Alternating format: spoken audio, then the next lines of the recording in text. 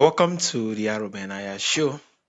Today I'm joined by Tracy Brinkmann, entrepreneur, father of four, military veteran, and host of two hit podcasts, The Dark Horse Entrepreneurs, AI Escape Plan, and Your Success DNA. Tracy has turned personal strategy and setback, addiction, loss, divorce, and bankruptcy into a platform to help parents and small business owners create financial freedom using AI, automation, and story-driven strategy. It's really a pleasure having you on the show, Tracy. Hey, thanks so much, Aro. I appreciate it. Actually, what's funny, I now have 3 podcasts. Ooh, wow, amazing, amazing. Thanks for what you do.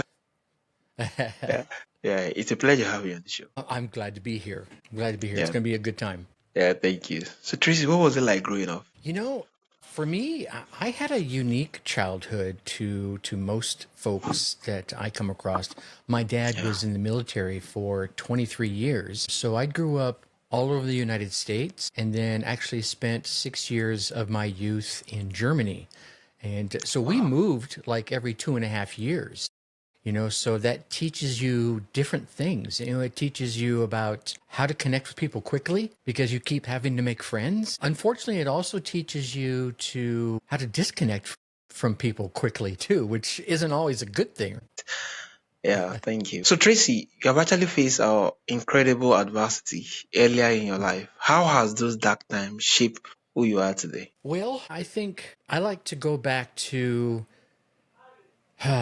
if I think about a movie, there's an old Star Trek movie, and I can't remember whether it was, and I'm talking way back, right? The original Star Trek movies. And there was one where Spock and Kirk were taking this guy to what they called the Promised Land. And he had this ability to steal people's pain from them or remove their pain, which left them in a euphoric state. And I thought for a while that would be cool. But then I came to realize, and the movie shared this, that my pain has made me who I am. And as long as you are happy with who you are today, then that's a good thing. One of the ways that I used my pain in a positive way would be once I came to the other side of whatever caused the pain, I would take a minute, quite a few times. You don't get all the lessons in one sitting, and kind of look back at what had happened that had caused the pain or the troubles or whatever it was, and then try to learn the lesson from it, right? So if you get addicted on drugs, what lesson did that teach you?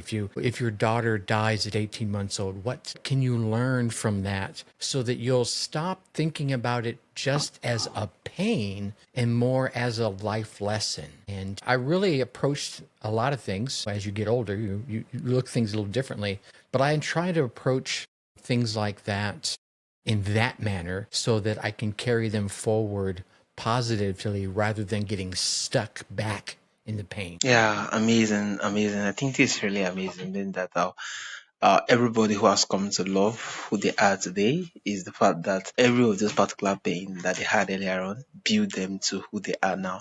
And I think it's really Yep. lovely being that I know some persons actually clamor the fact that they will love a life without pain. But a life without pain does not make us become a life without.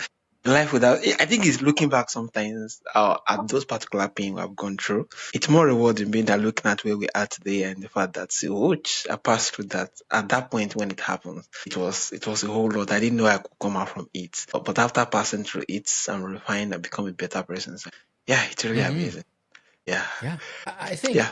I heard, I forget who was saying it, but I was listening to somebody earlier this morning, and they were talking about how people pray to God for their pain to be lifted, or they'll pray for something better in their lives. And all of a sudden, what they usually notice, myself included, is that they'll make those prayers and they'll mean them sincerely, and they'll go, God, please give me an amazing business. And the next thing that tends to happen increases the pressure on their Mm, life. And so many people look at this negatively and they're like, God isn't listening to me. And I'm like, no, no, no, wait a minute. God is listening to you, because what's probably happening is that pressure that you're feeling is training you to be mm, ready for what it is you prayed for. mm. Yeah. And he's not going to give it to you just for you to bust it up and, you know, Yeah. and mess everything all up for everybody. He's going to make sure that you're ready. And to get you ready, sometimes you got to go through some trials and tribulations. Yeah. And until you do, you can enjoy the good stuff. You got to wade through the caca sometimes. Yeah. So true. So true. I think just speak volumes too. The reward for every good work is more work. And Yes. so it's only if you're not asking for more. That is the only reasons where you will make reference about living with what you have and not growing. If you're actually looking forward to growth, you're asking for more in terms of finances, you're asking for more in terms of experience, you're asking for more in anything. Be ready for more pressure, be ready for more work. That's It's really right. amazing. Yeah. Yeah. So can you share your journey out from military service to corporate marketing and then to Oh my entrepreneurship? goodness. Yeah, of course, I'd be happy to. Like I said, you know, my father was military, my grandfather was Mm. military, so Ooh. it just seemed like this natural transition for me. I joined the military right out of high school, and I requested to go back to Germany, where I had just been just a few years prior when my dad retired, and I loved it. I really enjoyed it. I had a good time. I think the biggest mistake I made was when I signed the papers to join the military. I did something that's called a deferred entry program, where I signed the papers like in March of 1 year, and then I got to wait almost like a whole year before I had to go in Oh. and actually start my service. And during that year, I started getting worried, right? I was like, oh my gosh, I'm leaving all my friends, I'm leaving my family, yada, yada, yada. So what I did is I asked my girlfriend at the time to marry me. And we got married just like 2 weeks before I left to go to basic training. And I go to basic training and I go to advanced, you know, training to learn the job I'm going to do. And then I went to jump school so I could be a paratrooper in the military. And then I came back for 30 days leave before I went to my first duty station in Germany. And I came back and I was ripped. I looked good, right? I've been Yeah. exercising 3 and 4 times a day for 6 months. So I looked awesome.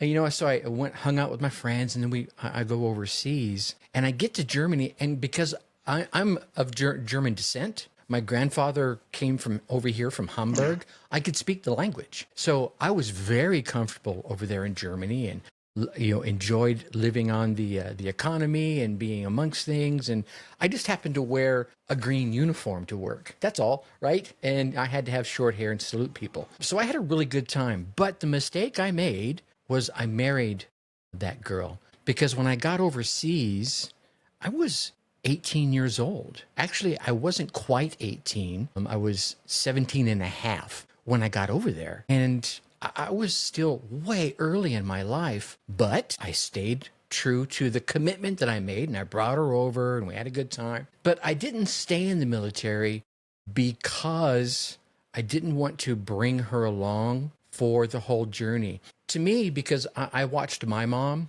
it's a very special person that can be a military spouse. And I'm not just talking about the ladies, because the guys that are married to military women, it's tough on them too, seeing them be away from their loved ones and they're overseas and maybe in a danger zone or whatever. That takes a lot of trouble. I mean, my mom was with my father through Korea and Vietnam, and no fun, no fun. So I got out of the military and started a little programming company in Southern California. I did that for a while. Unfortunately, I got hooked on methamphetamine, so that was the addiction part that you mentioned. After I came out of that, I cleaned my act up, and I started my career in corporate America. And I was lucky enough to land a role at Coca-Cola. And Coca-Cola, still is a master at marketing. And I started learning how to market to people through them. And it was just all the little nuances, how important color is and how important you pick words are, and when you drop a message can, you know, help you win or lose a campaign. It's not always what you say. Sometimes it's when you say it. Because I could tell you the same message in January. I could say Merry Christmas in January and you're like, what the hell are you talking about? Christmas was last month. Go away. Yeah. Right. So sometimes it's, that's an extreme example, but sometimes it's in the timing. And, I worked for them 12 years and walked up the corporate ladder. Had a very successful career there. Left there to go Home Depot and then David's Bridal and Victoria's Secret. I mean, so many of the names that people come to know and love, the big brands. I was lucky enough to work in their marketing and planning departments. And it was in every one of them, I learned something unique about business and about marketing to people. Sometimes good, sometimes not so good, because sometimes there are businesses out there doing stuff you're like, wow, we shouldn't be doing this, And it's not like something like stealing from people, but there are ways that you can put a message out and do little subtle things with music and scent, and so that when they come in your store, it increases the likelihood that they're going to buy from you. Okay, that's cool, but if they don't know it's happening to them, that's not so cool. So, there's a little give and take inside of that. Wow, amazing, amazing. I think it's really lovely being that during those periods, which is more likely in your 20s, you're able to kind of pack a whole lot of experience from different industry on marketing and had it before, and it's really amazing. So your podcast reached over 300,000 downloads a month. What mindset and storytelling principle help you build that audience? Oh my goodness. It's funny is those numbers are for the first two podcasts, the ones you mentioned, and that were only started when I reached out to you. I started the first one because I lost my daughter at 18 months old, and I didn't want to fall into depression or find some other crutch, unhealthy crutch, drugs or alcohol or sex even, right? To deal with that pain. So I threw myself into personal development, and it worked, right? We're talking about the time frame when Anthony Robbins was coming up and Jim Rohn and Zig Ziglar. I mean, all the big names that we know and love now, they were doing these national tours. And I lived in Atlanta working for Coca-Cola at the time. So they would always come to Atlanta, obviously, and I would always go see them. And you come out of there and you're pumped up and you're ready to take on the world. But the key then is to take some action, right? You have all that energy, you have all those endorphins and all that dopamine pumping through you. Then you got to act. And because I was putting myself in a good environment and taking action from the lessons I learned, I got like 5 promotions in 3 years at Coca-Cola, which was unheard of. And that had a couple of people going, how are you doing that? And a couple of my peers were like, what are you doing? And I started, sharing with them what I was learning and how it was altering what I was thinking and altering what I was doing. They're like, can you teach me? So that started me teaching, kind of doing coaching way back in the 90s. And because I loved doing that coaching so much, I thought, wow, if I could share this with more people, I would be able to, have a bigger impact. And so this was the early days of YouTube. So I hopped on the YouTube and started sharing some videos, and it felt clunky to me. Of course, we're talking about late 90s, right? Yeah. Technology is not what it was today as it is back then.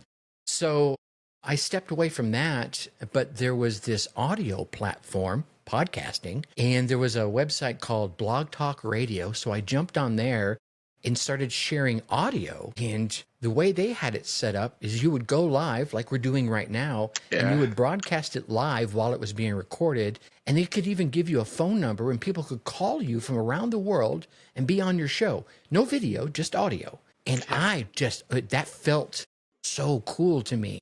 And I did that for a little while. And then I started my first podcast behind that in 2007. And that was Your Success DNA.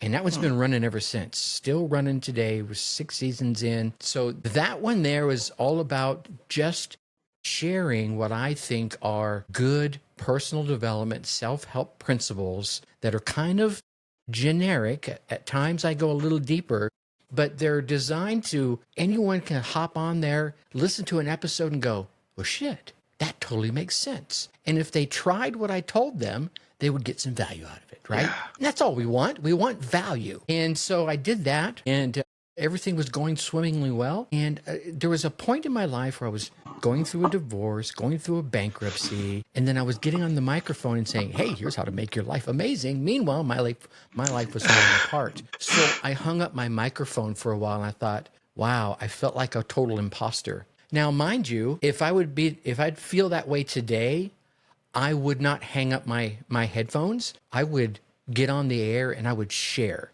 However, I wasn't confident enough in my abilities back then to do that. So I hung up my microphone rather than being false. And so I got my shit together, got my life together, met an amazing woman, and got my life going. And so I picked my microphone up and started sharing again. And then I started the second podcast, but that one was all about entrepreneurs, the folks out there that want to start a side hustle or turn a side hustle into their main hustle. That started 2020, and we all know what happened that year. But the podcast did pretty well, maybe because of everyone being sucked inside. I don't know. And has been going ever since. And we're in year 6 and enjoying it all. Wow, amazing, amazing. Amazing. It's the fact that various events just spark the ideas of coming up with this topic and being consistent at it. It's really amazing. It just speaks volumes to the fact that when challenged through some things at odds, other than shrinking in and losing it all, it's better channeling that particular energy towards various things. Right? Yeah, it's really amazing. Yeah. So the 15-minute escape plan is a big part of your work. How can busy parents start building AI power income system without feeling overwhelmed? It's not as hard as you think. And, sometimes it's 20 minutes. I actually did an episode last week where I gave them a whole 90 minutes. But a lot of times, being a parent, I mean, I got 4 beautiful daughters. All of them are grown up and gone now, except my one who lives here. I don't think she's ever going to go away, and that's great. That's the way I want it. But a lot of times, the parents out there, they don't have 2-3 hours that they could dedicate to their side hustle. They have 15 or 20 minutes. So I focus on giving them tools and techniques that they could do inside those 20-minute buckets of time. So like if they wanted to start a faceless YouTube channel, okay, here's some AI tips, here's some AI tools, and here's some prompts that you could go through, and I kind of walk them through those. Yeah. I like doing stories, so I'll tell a story, and then I'll give them the step-by-step protocols that will go with it. And then here's what you need to do now. Pick one thing and then do that thing. So if we're talking about, faceless YouTubes, maybe they want to create YouTube's children's stories, right? Which is a really good arena. It has a lot of competition, but there's so many kids out there that need good stories. So maybe they want to tell Bible stories, or maybe they want to tell fables in a modern way, or maybe they want to tell fables in an old, forgotten way, or maybe they want to do something where they're teaching good, wholesome lessons inside of these stories rather than just making them pure entertainment. So you give them good lessons, kind of like old Aesop's fables type of thing. When I was a kid, they used to have those stories on for us as kids, doing something like that where, oh my gosh, I'm going to be entertained, but I'm going to be taught at the same time. Something you'd feel comfortable giving your kids. Okay, cool. Now I know what I'm going to do. I'm going to focus on that. And then I'm going to spend 15 minutes, just creating the script. I can use AI to help me with that, so I don't have to think, oh, I'm not creative enough. And then the next night for 20 minutes, I'm going to hop over to Sora or, VO3, whatever video producer I want to use, and take that story and turn it into scenes for each one of the stories. And then I'm going to start creating the scenes or creating the pictures that will be turned into videos. And then, the following night, I'm going to take all those videos, I'm going to put them together, and now I have a finished story that I can upload into YouTube and, start generating income from that. And then a lot of them think, well, how am I going to get paid? And the first thing they think of is, well, YouTube's going to pay me. Well, yeah, but there's so many other ways. If you create unique characters or a unique brand name, you could sell merch, right? You could take those video stories and let's turn them into kids' books and put them on Amazon. Yeah. And then now all your videos link over to Amazon. Or here's a really cool one that just popped into my head. All these people that are watching, you think they would want a custom story for their child? Yeah. Yeah, right? Say, hey, reach out to me at, 12345.com and I will create a custom story for your child. All I'll need is a picture, maybe their pet's name and a couple of things, and I'll create that story for you, and here's the price. Yeah? See? So now their juices are flowing. They're like, wow, there's so many. The multiple streams of opportunity, income opportunity, is the real winning spot, because one will start to slow down and another one will pick up. So it ends up being kind of this nice, easy, steady stream of income. And that's just one idea. They do that for a while and get that one running smoothly. Then they decide, okay, that one's running good. Let me try this one. And they pick up another idea and they repeat the process, right? Now they've got two. And then 6 months later, they try the third one. And within a year or two, they're like, wow, I really don't need to go to work if I don't want to. Yeah. And then they can make that decision from a point of control rather than a point of fear. Yeah. Yeah, amazing. It's really lovely being that there's a whole lot of different things we can do. If we can actually dedicate a little bit of our time to actually look out and learn. And this is really amazing. So mindset actually play a huge role in success. How do you coach entrepreneurs to maintain clarity and discipline through chaos? Usually it's about focus. All right. When I sit down with an entrepreneur, usually on a Zoom call, and just listen to their ideas and what it is they're trying to accomplish, generally what I'll find is, one, they're trying to do too many things at once. You can't. Everyone thinks I'm a great multitasker. No, you're not. You're great at chopping up your time and doing different things and getting none of them done. Okay? So how about we focus on one thing and get it across the finish line, or at least get it to the point where, okay, I can't take it any further. I have to wait for Aro to do something or someone over here to do something. So now it's at a stopping point. Then I can come over here and start moving the next thing forward, right? So you're still multitasking, but now you're focused on the tasks one at a time, and you get a lot more done, and you don't feel so mentally chaotic at the same time. And one of the things I like to help coach people to do is have themselves some sort of planning tool. I like physically writing things down. So like a journal. And if an idea pops into your head, put it in your journal. Don't go out into the YouTube or Google and start researching it. You have other stuff you got to focus on. You need to get that other stuff done, and then come back to that idea when you have your, what I'll call, quiet or research time, because there'll always be that golden time that you're going to identify, which is another tool I like to give them, is when is your most productive time? Is it 7 a.m? Is it 7 p.m?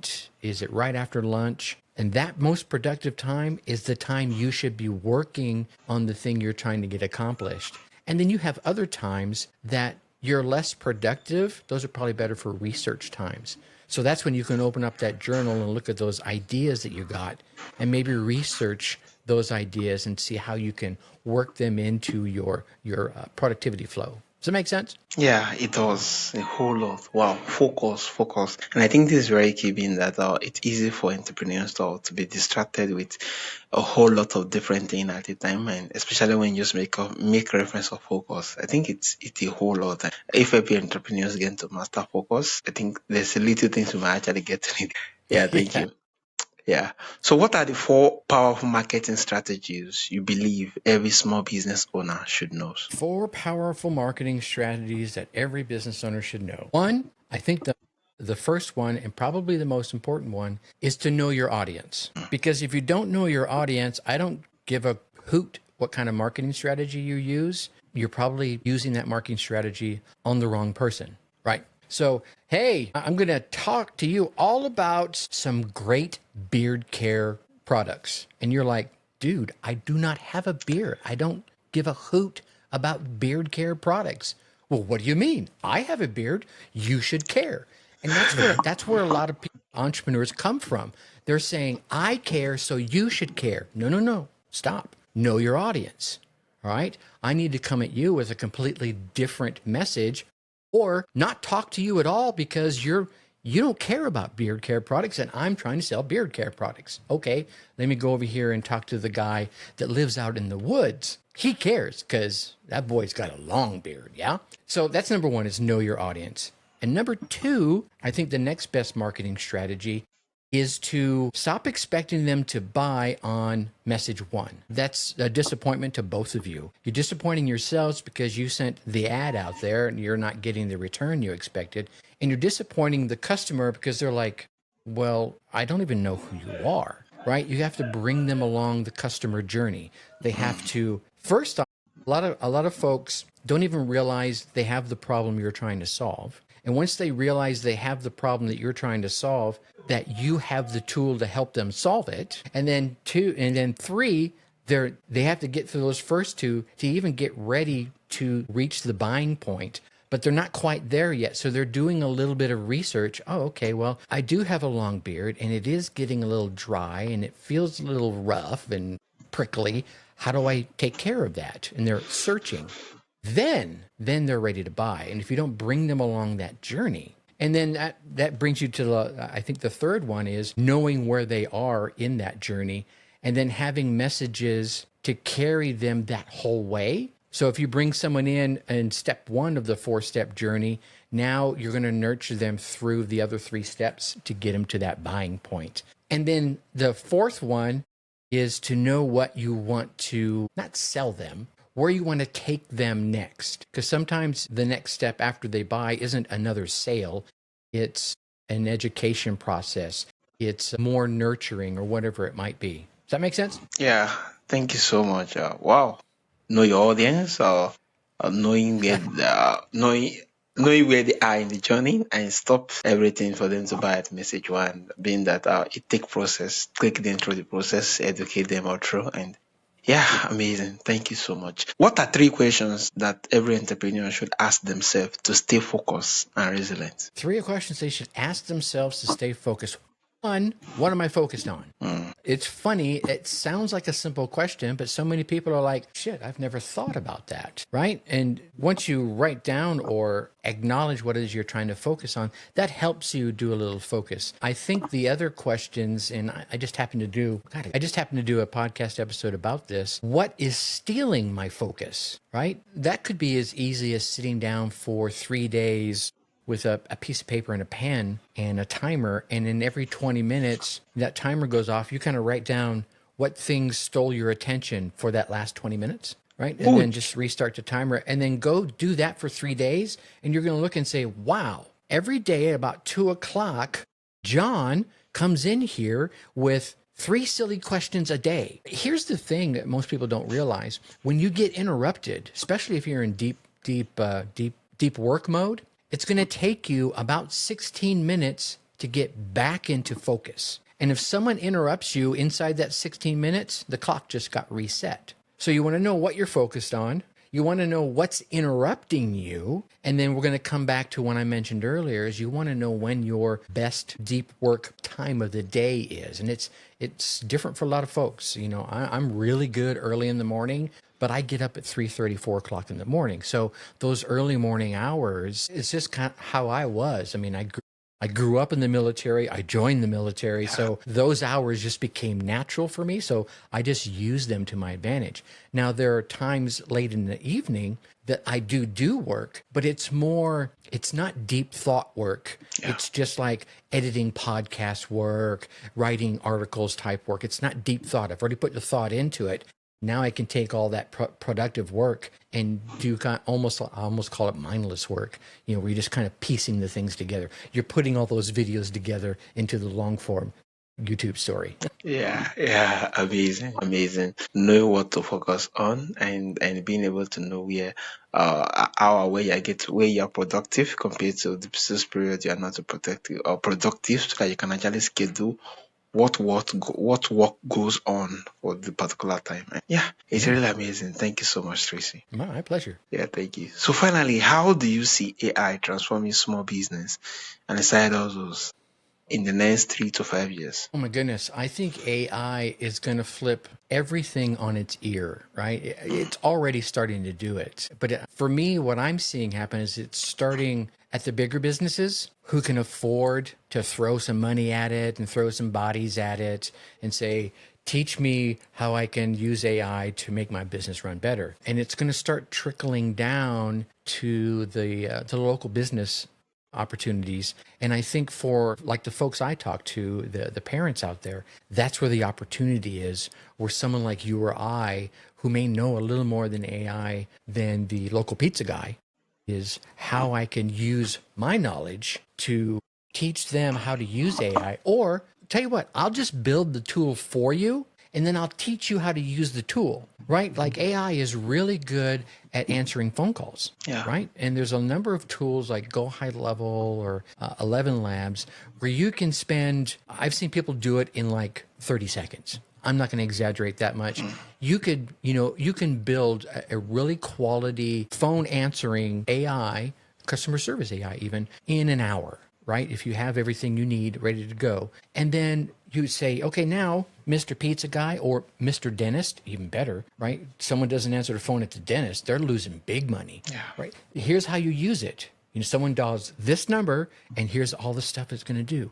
And they're like, wow, thank you very much. And you could either do one of two things. You could charge them, $2,000 for setting it up and walk away, or you could say, you know what, I'm not going to charge you $2,000. Just pay $200 a month, and we'll just keep doing it. And when you're ready, if you don't want it anymore, and you just don't pay me, and I'll turn it off. No big deal, right? It's little things like that that are going to keep leveling things up. Because you could use, here's another great idea. Reddit is a great platform. A lot of people use it for research.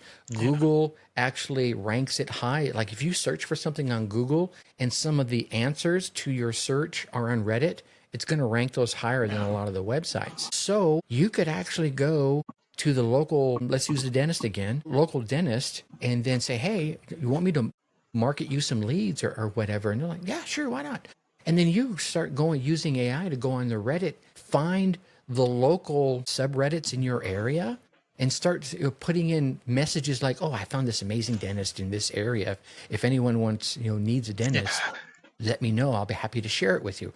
Right? Because you're not lying. Yeah. I'm hoping you won't work for a lousy dentist. You'd only work for an amazing dentist. That's right. Right? And so they say, yeah, I just happen to need a dentist. My kid, has orthodontics or whatever it is. And they put the message in there and you go, oh, here, DM me and I'll send you the information. Okay, boom, there you go. And you send them that lead. You send them 10 leads and you tell them, I'll tell you what, every time I send you a lead, you give me $50. I don't care. $50 is nothing for the average dental visit. The average dental visit is a few $100s. So $50 to you is minuscule. And here's the other thing. It's a write-off for them because it's a marketing expense. Easy peasy lemon squeezy. Yeah, so true. You send them 5 people, guess what? That's $250. Do that for 5 dentists. What do you got? You got a couple $1,000s going on right there, and you're just sending messages on Reddit. And you can have AI do that for you. So, yeah. I think it's going to be a big change.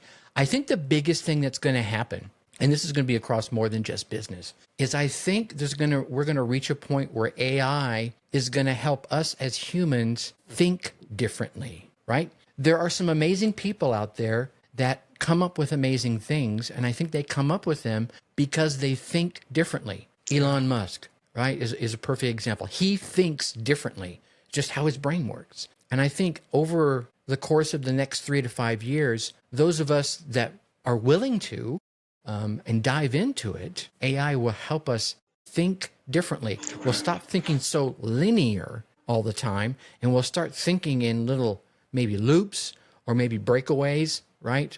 I've been a programmer for years, so I already think a little differently, but I think it'll help us think even more differently and go, wow, I never thought about it that way.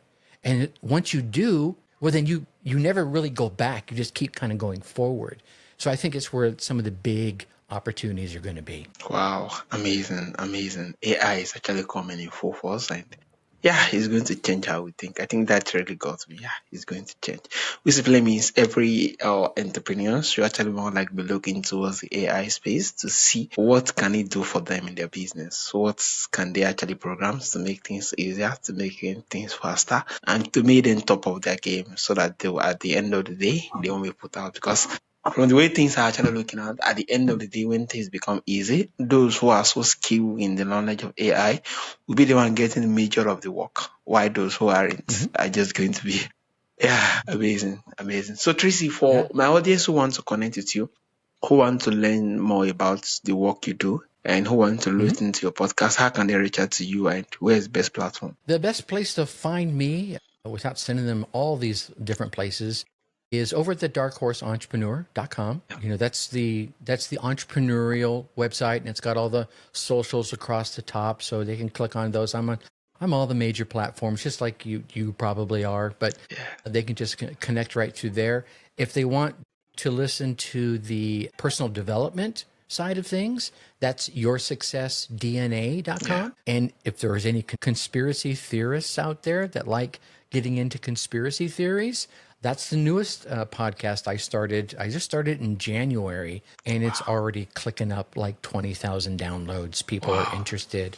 And that one's called Some Unapproved Thinking.com. The unique thing from that is, and this I think really applies to any entrepreneur. If you're going to step into any business, or if you're going to create a podcast, you need to step into it, one, knowing your competition. And the real reason you want to know your yeah, competition is not so you can outsell them. You know what? There's enough customers for all of yeah, us. You're a podcaster. I'm a podcaster. There's plenty of ears for both of us to be yeah, successful, right?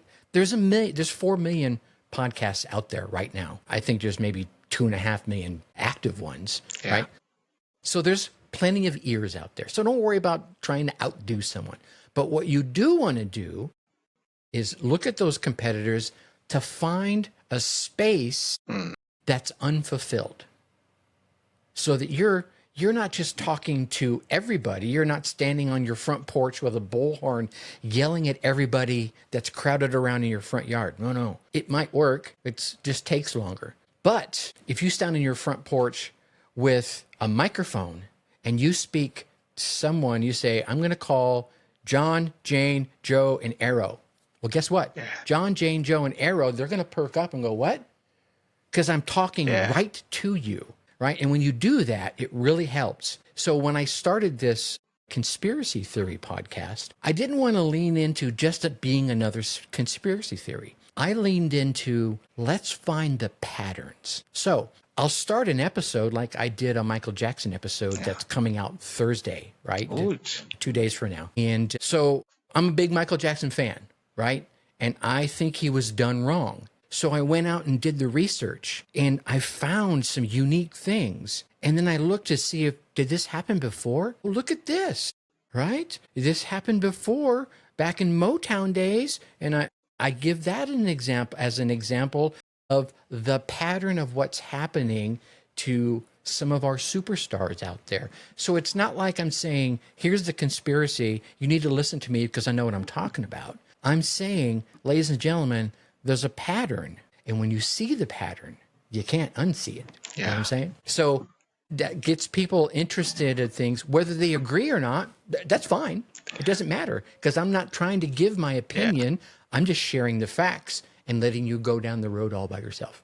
Yeah, amazing, amazing, amazing. I think they just speak volumes, especially when you make reference of the fact that, yeah, there might be a whole lot of persons doing similar thing that you're doing, but look deep inward and get to kind of see who the particular place where you can get to fit in. They might be talking about, let's say, selling this particular stuff online. Maybe their approach of doing it does not sit well with you.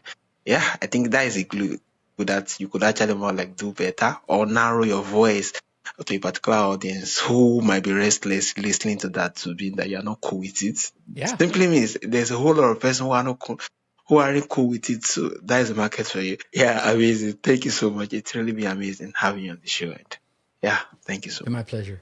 Yeah, yeah. Thank you for sharing your stories, strategy, and insights. For our listener, you're going to see the link on the show note at darkhorse.entrepreneur.com. And also, our listener, you can actually sign up for Tracy AI Escape Plan newsletter at darkhorseschooling.com/news later for practical AI power strategy to grow your business while protecting your family time. This has been the Aro Benaiah Show, where resilience meets results. Once again, really a pleasure having you on the show, Tracy. It's been my pleasure. Thank you so much.